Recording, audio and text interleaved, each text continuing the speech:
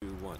Hi, everybody. My name is John DePietro, and you know what? I've been very fortunate to have a very satisfying career in radio, TV, and marketing, and newspapers, and all that other stuff. And you know, I've had the opportunity to work with some of the biggest names in show business, like Kenny Rogers, Neil Diamond. I've been on the set of The Tonight Show and met a whole bunch of famous people, including people that went on to be presidents and senators and congressmen. But nothing has got me more excited than the project that I'm about to embark upon. And I want to bring in our special guest. Actually, she's the star of the show. I'm just like I'm like the Ed McMahon. This is the Johnny Carson. Dina, say your last name. Maniscalco. It used to be Pachin. Dina Pachin. Maniscalco. Okay. So, why are we here? Well, we're here because of breast cancer. And I never really thought about breast cancer for real until I got a diagnosis of breast cancer. And I didn't really have any reason to expect to get breast cancer. Had no family history. I had no medical reason.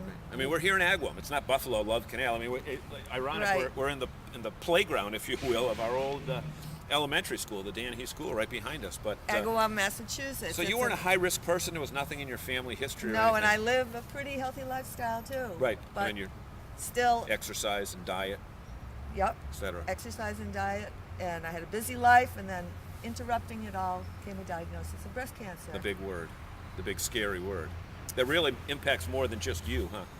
Oh, it absolutely radiates outward from every person radiate, right? who has it. That's the crazy thing. So So I how had did- breast cancer, and You had it, but you know what? What's the most important thing about you having it? the You best- beat it. beating it and connecting with other people was the best thing. The for me. emotional part of you even talking to others who've had it before you, right? What happened with me was I was the first in my group of friends Yep. and family who had breast cancer. So when other people got it, they called me up, and I more or less went through breast cancer, mainly by conversation, but even by going to some treatments And trepidation with other as well, people, right? and experience it sometimes more deeply than from my own experience, going through someone else's experience. Okay. And it ended up being really, really important to me, and so To share that. Why don't we just back up a little bit and tell people how we reconnected? Just the Well, good part, because she says good things about me. right. here. John is kind of an inspirational person, and he's such a positive person. I wrote these words too. He's a very positive person, and he is the co-host and co-executive director of a television program, which is a business spotlight showcase. And you happen to see it. And I saw it on TV, and I said to my husband, Mark, come here. We know that guy. Let's watch him. Let's watch John. And so he was just so great. So I wrote to him via email, and we got together just to catch up, more or less. So we kind of found out that our careers were, even though we've seen each other at reunions and that kind of thing, the funny thing is that the parallel careers in public relations, marketing, and advertising, Dina went to college with my wife, and I went to college in the same town as her husband, so it's kind of crazy. And then Plus, my Right. husband and I and John all went through school together. school together, right here, and Right here in Agawam. everything here in Agawam. But the ironic part is we were talking about what are you going to do with the rest of our lives, right? Right. The scary thing is we met in the 60s, and now we're in our 60s. So then we got together, we had coffee, and we started talking about our careers and all that other stuff, and we're figuring out a profit scheme, right? Not scheme, that's probably not the... Maybe it was a scheme, folks. If I was involved with it, it's probably a scheme, but not Miss Maniscalco. Ms. Dina. We'll just leave it at Dina. So you started talking about the breast cancer issue, That and I had a diagnosis Right. of breast cancer and went through it. And But you kept going back to the fact that I wanted to share something with people, right? You wanted to share something with other Right. people. And ironically, since we reconnected through the internet, because you sent me an email, I said, let's explore a blog or some kind of website that discusses that particular issue so that we can help other people. And that's where we're at. So why don't you tell us what you want to do with this and how you want to, make it accessible and useful, and more importantly, how it can help other people.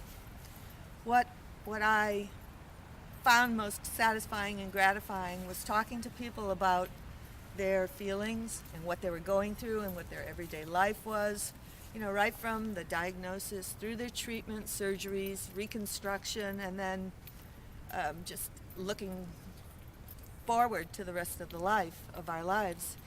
And I just want to continue with that connection with people.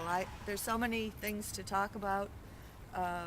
And it's not going to be you and me monologuing. Well, actually, it would be a dialogue if it's two people. Right. But it's not just going to be you. I mean, we're really reaching out for other people that have been impacted by this terrible, Right. dreaded I mean, I issue. want to talk about myself a bit, but what I really want to do is I want to hear from other people and find out what they're going through and what it's like for them, and what decisions they're facing. And let's face it, in the medical world today, you really need an advocate. You really need somebody to tell you what your options are, because right after you get that word, that big word that just beats the crap out of you, for at least emotionally, you've got to make all these decisions regarding treatment. What kind of drugs are you going to get? Have surgery. But I think the other thing that we had talked about in our coffee was family members.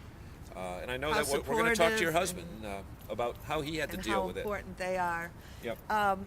And the input of family and the input of friends and the input of course, physicians and your own medical condition, these all help you clarify what you need to know to make the best decisions for your future, whether it be a treatment or whether it be just the team of physicians that you're going to And there is select. a huge difference in doctors depending upon where you're geographically located, based upon what the science and technology is, based upon where they're at, right? Oh, and from speaking with women, I learned so much because the science is changing. My breast cancer diagnosis was 2005, and there have been leaps and bounds Since that time. in the medicine, in Yep. the technology and treatment, and And we're also fortunate to be It's located fantastic. in the Northeast, where, between Sloan Kettering in New York and Dana-Farber in Boston and Mass General, et cetera. my I own mean, Bay State Medical Right. Center here in Right, Springfield, yeah. which I was very happy with my Yep. treatment here. Yep. So here's what we want to do, folks. This is kind of a preview. This will probably be on the blog, but we went out and got a URL. We don't know what a URL is, but we know you have to have one. And it's what? WeBeatBreastCancer.com. So that website's going to be available, but what we want to do now via Facebook and LinkedIn and Twitter is to ask you for your participation. And you can get to us just by clicking reply right here on this particular message. You don't even need an email address, because we don't even have one yet. I mean, that's how new this is. We will have an email address.